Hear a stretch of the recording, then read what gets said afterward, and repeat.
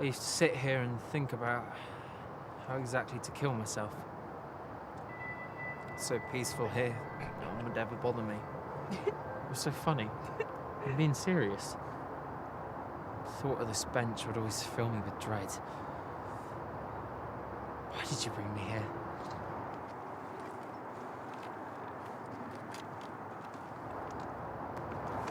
Here.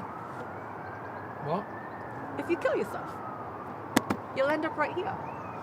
Do you like it? What's wrong with you? Please, leave. We're not home anymore, Tony. If you want to leave, you can leave.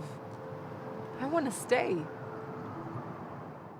Just keeping forward and pursue. For low-hanging fruit, that is. He isn't Jordan Belfort. He's more like the poodle of Wall Street. You want to warm them up to gain traction. Bradley, please. How many calls you had in the last week, Lawrence? Well, now that you mention it, I had 10 calls in the last 10 week. How many of you calls? had? Is that all? Please. Payments, secretarial invoices, it all linked back to Rutherford. I thought with your connections, you might... Why are you smiling? Because you amuse me, Mr. Roos. The city's finest, and you bring me Caden Rutherford. A frankly minuscule blot on the grand canvas before you.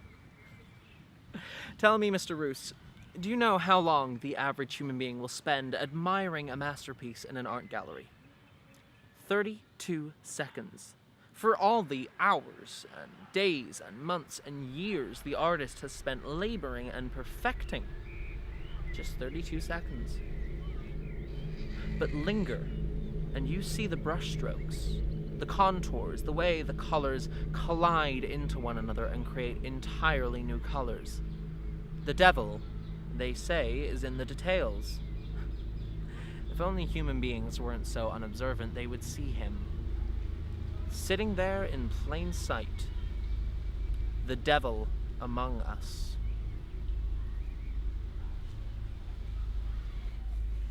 Screaming at him to open the door.